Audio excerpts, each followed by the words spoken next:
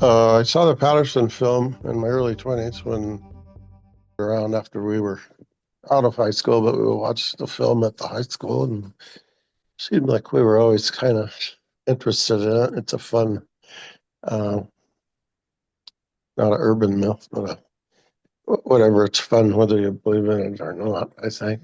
And it's more fun to believe in them.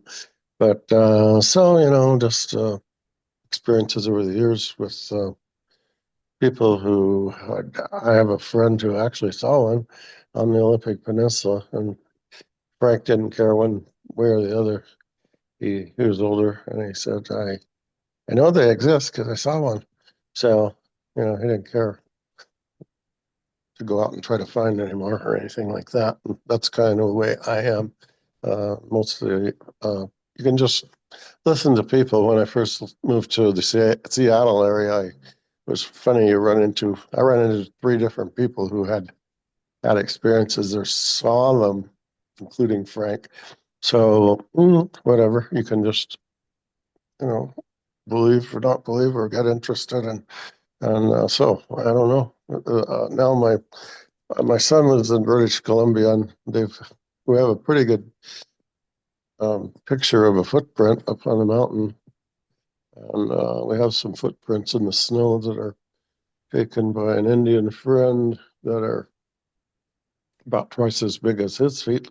So then also there's an Indian lady from that area whose son saw one on the other side of called Mabel Lake. And so that's my experience.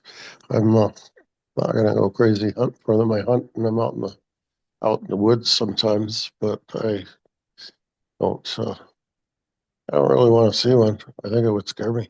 Well, I think it's scared a lot of people, especially if that's an unexpected moment of just happenstance of running into one. They seemed a little intimidating.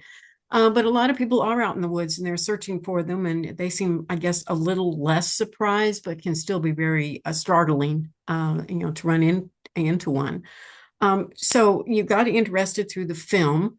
Um, do you think that, do you feel like that film is real? I think so. I don't think you can. They couldn't have faked it that good.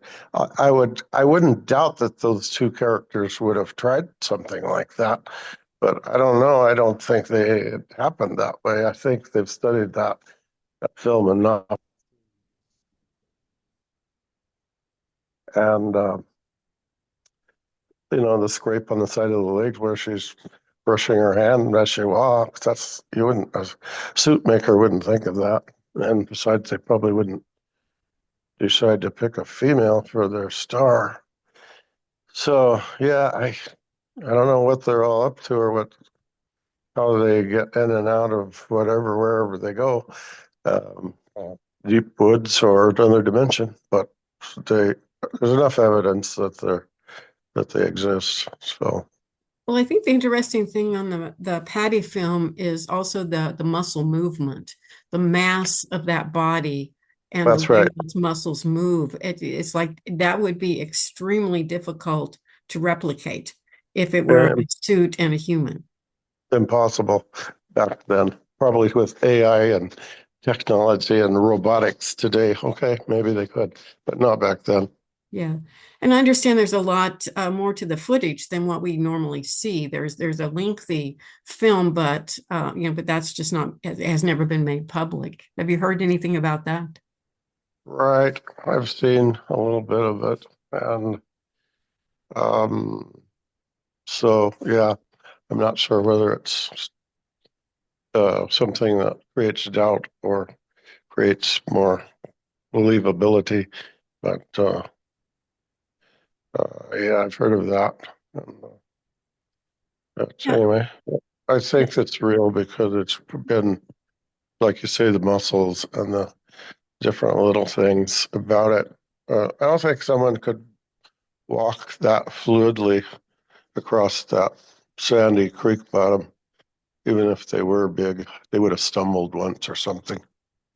But she was just absolutely smooth with her gait. So, mm.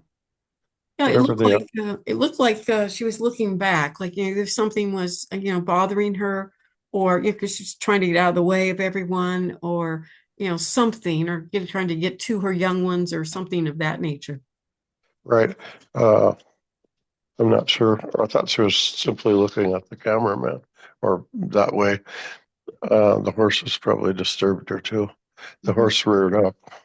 The other one that's quite believable is the one taken in the Blue Mountains of Oregon by, he was a forester and he got older, but he always saw footprints, and just on a spur of the moment, he grabbed his daughter or son's 16 millimeter video camera and took it along that day. And then he got some footage. I'm sure you've seen that. Right. Uh, Mhm.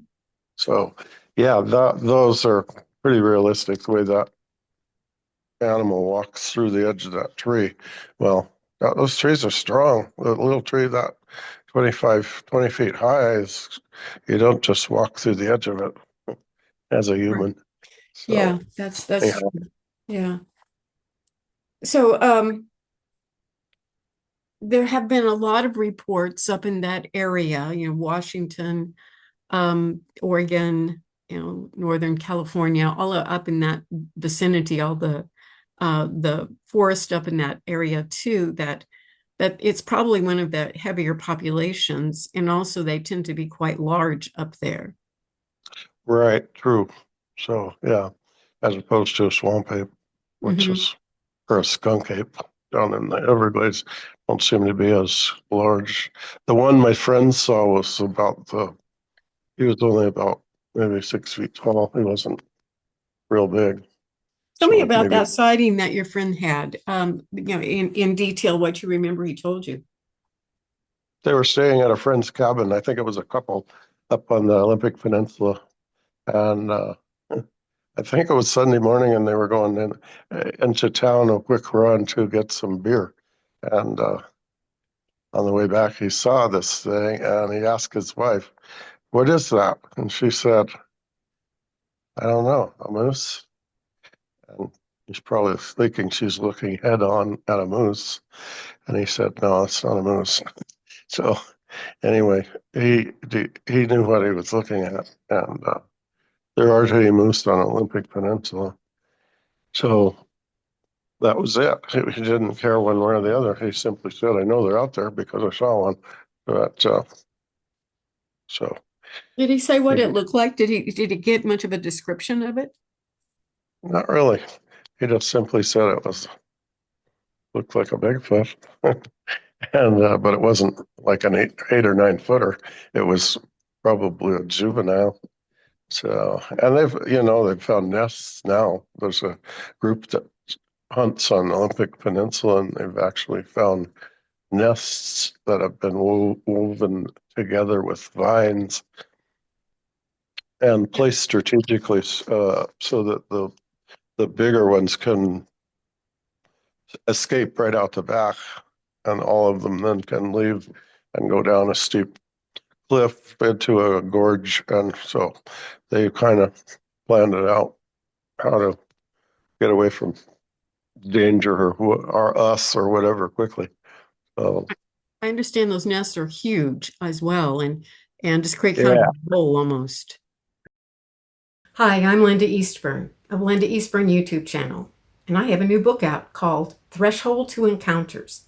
It's about 40 years of research and experience with all of these wild cryptids that many of you I know have encountered yourself. You can find it on Amazon.com. yeah, 5 or 6 nests together and several feet apart. So we have down here in Idaho, we have, I believe it's Brian Cranston, who's a PhD in not anthropology, but something, one of those two fields, who has all the footprints from Grover Krantz, Professor Grover Krantz, when he was alive, was at Western. He was at Pullman at Western Washington or WSU, Washington State University. And so he's given them up to the other fellow who's a professor down in Pocatello. So he has lots of evidence and footprints and things. So Yeah, it's like with as many casts that we have today across the country and more every day, probably, it's kind of hard to deny that they aren't out there. yeah, that's why I think you have to believe if you see a legitimate footprint casting, something had to make it. So whether it's otherworldly or if it's from here or whatever, but they've been seen here for a long, long time. So something had to make the footprint. So you have to believe. And it's not that easy to take a wooden footprint carving and go out and stomp around with your 230-pound frame. You're not going to push it into the dirt very much. But the one we have is kind of pushed into the kind of half sandy soil on the side of a mountain. People wouldn't be walking around barefoot and or have a foot that big. So we like to believe in them, and we kind of want to see one, my son and I, but I Yeah, a don't lot of really. people I think out there with boots on the ground trying to find one. Research would love to see one, but sometimes they're far and few between. Just happenstance of getting there.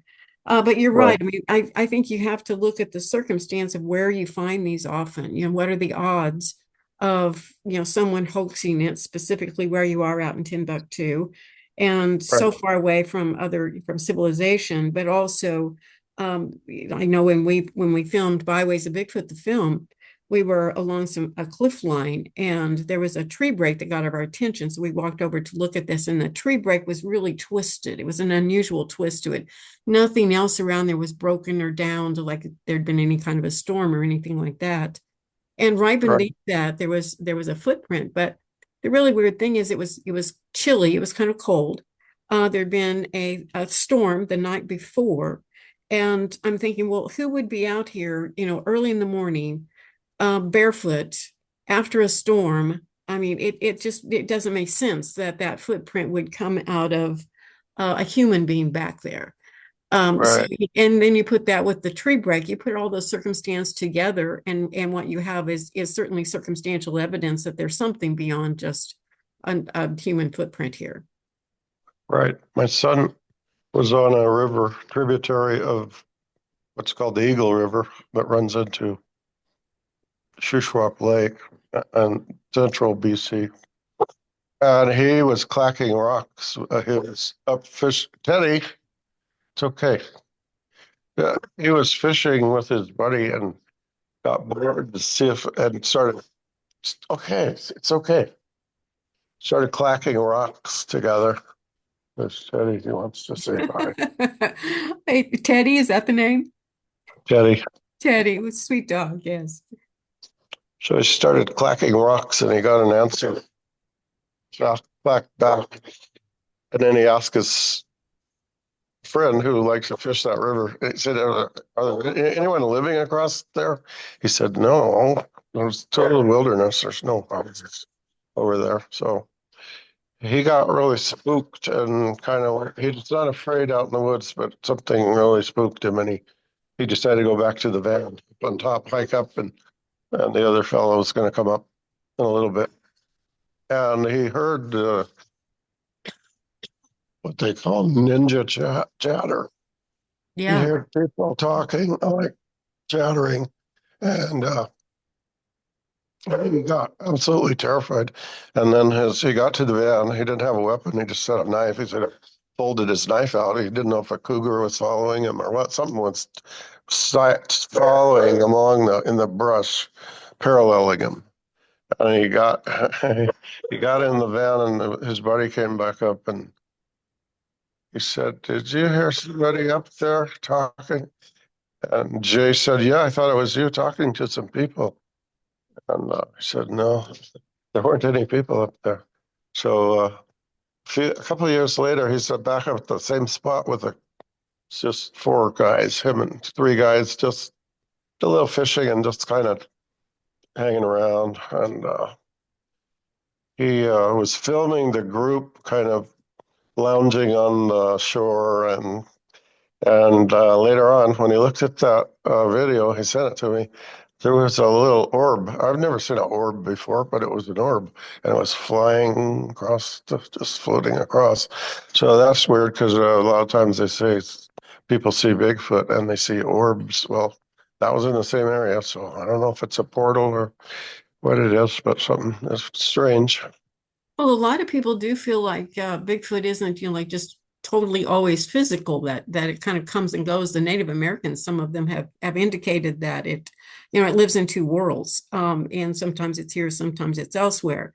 Some people have also indicated that the orbs may be a means of their traveling, and then they become Right. an orb or go back I into. would I would have never believed that when I was younger. I would have said, no, it's just a species. But now I believe that it does probably uh, be sort of interdimensional, so it's too strange for it not to be. And then this orb thing. So I don't know. But they're probably more complicated than we know. That's true. I mean, we still have a lot of people out there that are just flesh and blood, just a creature in the woods. And they see it, and some of them, and they certainly that's the way they see it. But then other people have these very unusual experiences around them, like as if there's some kind of a strangeness. I even heard a comment the other day that someone was getting, the cast of the footprints, and there was actually radiation inside the cast of the footprint. Now that was a new one because that means that there has to be something different, maybe about the Well, property of this. Um, yeah, more weird stuff. Is it yeah, like yeah, they had it checked for radiation? Is that what happened? yeah. The soil where this Bigfoot Oh, was I see. standing, Yeah, there was radiation in it. there you And go. they were checking for everything. And anyway, the electromagnetic field in that area was intensely strong in the ground there, which is also another indicator of something unusual happening. Because whenever those kinds of properties change, our visuals change, based upon the type of environment that we were in. So I wonder if some people just end up at the wrong place, wrong time, or should I say right place, right time to see one. I think that's what it is. There's a fellow in Idaho here that was out cutting wood 12, 15 years ago, and he looked over and there was a Bigfoot walking up the hill, and he said it walked like it was very old, like an old man just walking up the hill, and so it didn't pay any attention to him, but he always remembered it. Uh, you can look that one up. It's on YouTube or something. Yeah, I've heard of older ones and some that have maybe turned gray. Their hair is all turned gray, Right. and they exhibit just symptoms of old age. I also heard the Mhm. other day that they probably, because they don't have any predators. They are kind of top dog in the woods, I'm sure, so to speak. So they probably have a fairly lengthy lifespan, maybe longer than humans, or maybe about the same, possibly. So that means that they may get very old. True. We just don't know, but probably. Yeah, yeah, and we don't. We certainly don't have a body to study, and certainly we don't have a clan to study to understand how they function in old age and kind of what happens to them. Do you think that they're human-like? I mean, do you think that they are a type of human species? I'm not sure. They probably have similar DNA, but they have they have human-like faces when people draw them with ape noses. I don't think that's. I think they look quite human because they startle people so badly. Hunters and people who maybe thought they might shoot one for a specimen, but they're too human-like. So Yeah, who knows? Where it could be a that's true. A speak lot a lot of people have another encountered. Mhm. could be a different evolutionary line that broke off. and they might not be directly Someone the related other day to felt like humans. they were kind of a prehistoric human that just is still existing out there, coexisting with the Yeah, modern. like a gigantic, whatever they're called, Pithecus.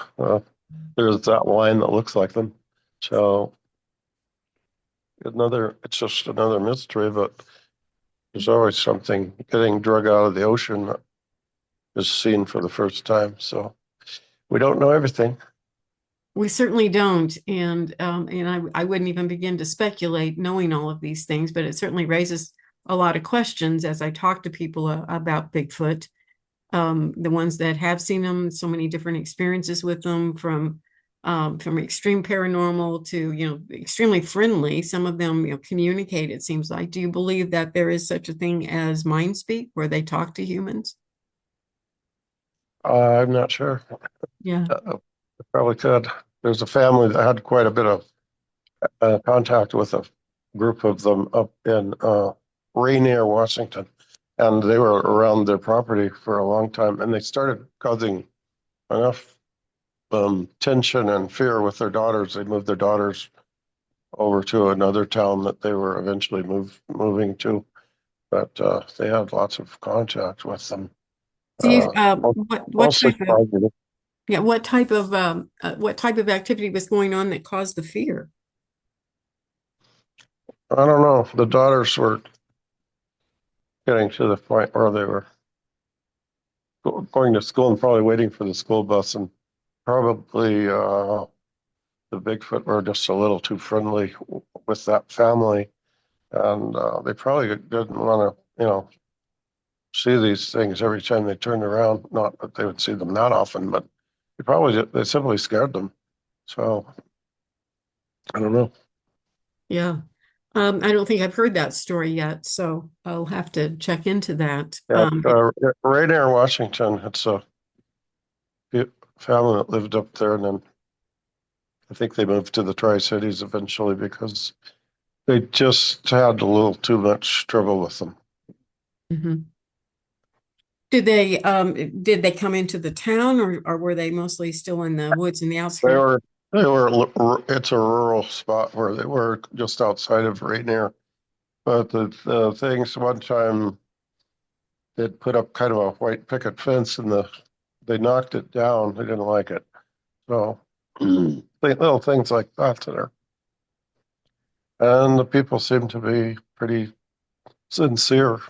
You can usually tell when people are sincere about what they are have experienced. So yeah, Yeah, I've heard of a clan living on a property and for the most part coexist, really very comfortably. But then at times, Bigfoot mhm. may come into a garden or come into a greenhouse or something like that and start, taking food and becoming That's very right. annoying at times. That's right. So yeah, so they're like any other semi-animal, whatever you call them. They can cause problems at times too, stealing chickens and things like that. So yeah, they're who knows? But I've also heard about, other animals, especially dogs, become really, really super intimidated out in the woods sometimes, behave completely differently than they would at normal times, that they sense that they cannot defend themselves against these Bigfoot. Right. I was hiking around when I lived in Seattle. If you go east of Seattle, there's a on the pass, just off the pass, there's a lake called Rattlesnake Lake, and I was just out for a Sunday hike before I had to go back to work in the city. And big guy came out of the woods and a big dog, like a junkyard dog, whatever. And the dog didn't bark at all. And this guy had coveralls on and a big beard, and he introduced himself as uh, Bob Schneider, I think his name was. And he said, "You know why my dog didn't bark at you? Because he thought you might be a Bigfoot. Because he said, I'm a Bigfoot hunter." So he said, up the road a few miles, we we saw one. We drove up there and it was sitting on the side of the hill right above the road, but it wasn't, its head was in the shade, so we couldn't see its head, but we could see its body.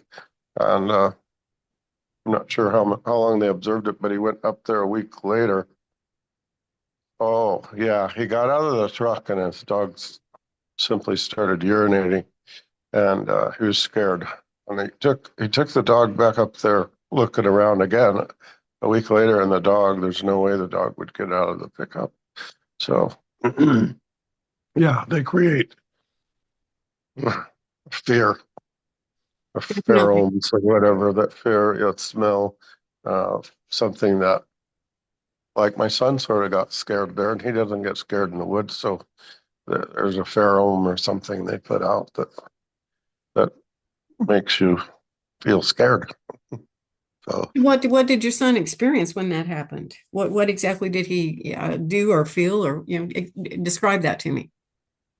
well, he's the one I told you was down fishing with his friend, and then went up on top and heard the ninja chatter, Hmm. and something he thought was following him along in the bush above the road. So he couldn't wait to get back to the truck, but he said he's never been that afraid before. He was just like scared. And that's been repeated by a lot of people, as you know. Yeah, exactly. Yeah, and some people don't get over that. Some people have that in such a way that they can't go back into the woods. Oh yeah, yeah, right. I know. Uh, So yeah, I wouldn't stop going in the woods. I don't think, but I would maybe pick the areas a little more careful.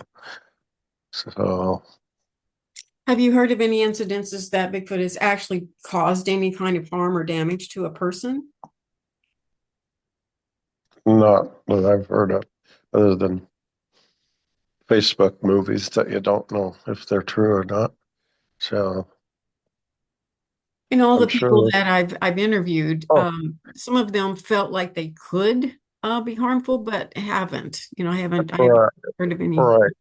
Yeah. Well, grizzly bears couldn't cause a lot of harm, but they usually false charge. So here's another good story for you.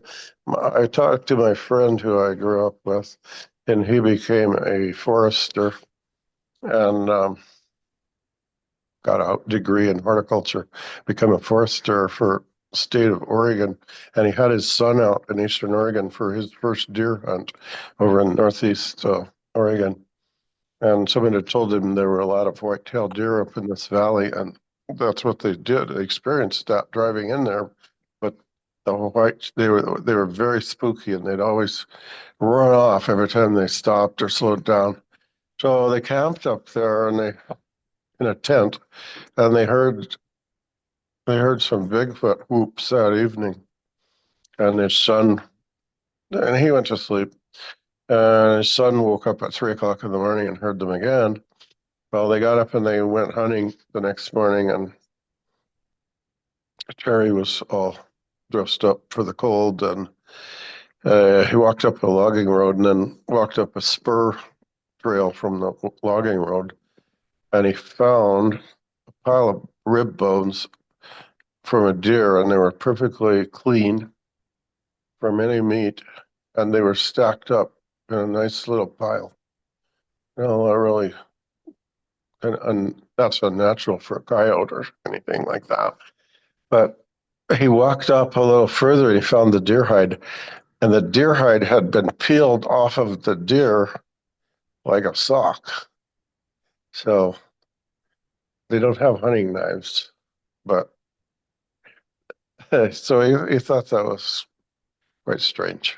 And Well, yeah, that would either have to have been, a human, highly unlikely, or something that had the skill to do that. But I've heard of yeah, areas where Bigfoot is that people will sometimes find large, piles of deer bone and other types of bone, like mhm, like they save that for something, maybe. could be, yeah, or they could save them for gifts to each other or something. Who knows? Yeah, he heard some commotion in the bush actually on his way back down, and he thought maybe the Bigfoot was after a deer or something, and a small deer, one deer came running out, and he's an old bow hunter, so he knows if you hold still, deer don't see you. They see movement more than anything. So this deer, he was just standing still, and this deer ran out, turned around and saw him, and just was shaking and took off running. And he said, I think the deer thought I was what's the Bigfoot? Because he was all bundled up and had a beard. And so that's just what he said. He's not a liar. So you got to believe people who are sincere about their stories. Right, that's true. And there's So, certainly a lot of people that have seen Bigfoot or have had seen evidence of Bigfoot, heard Bigfoot. Vocals are probably most common. So, I do believe that there's something out there, that's for sure. right. Yeah. I never have seen anything other than a little bit of sign up above my son's house. It's quite steep mountain, so we ride up on 4x4s, and we have a side by side. We ride up there. We did see a big pile of like fecal matter, but I don't know if it was a bear, but it was huge. It was size of a large pizza and about 3 inches thick, and there weren't any cows up there. And then we saw a cedar right up by that. We saw a cedar bough that was broken off and thrown on the trail, kind of like maybe a warning. But there's a whole herd of elk up in there. Early in the spring, that's when the elk were in there. And so who knows whether might have had his own herd. But we keep an eye on that area when we go in there. It's kind of secluded above the town and a few thousand feet up. We always kind of keep our eyes out. Thought about putting some trail cams out. Haven't got around to it yet. But Yeah. Well, let me know if you do what you find with that. Do you think sure. they migrate? Do you think they go with I think they do. wherever the food source I is? think they do because we went up to that same area. I want to go back to that same spot, but it was later, the first part was like in April, uh, in the spring, and it's still pretty wet up there in British Columbia. And then I went up in June last year and rode back into the same spot, and there was no sign, and the elk had moved out of there. So they had migrated, who knows, let's see, either to a lower, wherever they went. It didn't seem like if there was a Bigfoot around there, there wasn't any sign on the trail. So I think they were moved when the elk moved. I think the Bigfoot would follow them. Be a bit of an opportunist. Right, exactly. What do you think about them living in caves and traveling through caves? I've never seen a cave particularly. I've been out hunting all my life, but I've never, other than that, maybe someone knows one across the canyon or something. I don't know. But maybe they do. They And could. They work good, but they seem to build those wood structures, and a lot of people have photographs of the wood structures. So maybe they weave some, make a little quick teepee, and they can stay in, helps them when they're kind of migrating. I don't know. Sounds logical. a lot of people think they travel the waterways as well. That would be kind of a logical, Definitely. easy I stream. think so. Where we're looking up there, there's a little stream coming off the mountain. So there's everything you need there. And, some deer, mostly elk. So, yeah, we, Well, there's a I fellow that saw one up in the town about 17 miles from there. He saw one up in the hills, and he looked the rest of his life. He never did see one again, but he was motivated to try to find one. Anyway, that's about all I know. Well, I think they're out there. I think they're sparse. They're hard to find sometimes, and looking for them, you can find signs of them a lot of the time, but they've already left or they're hiding, which they do Right. extremely well. You can't see them a lot, I think.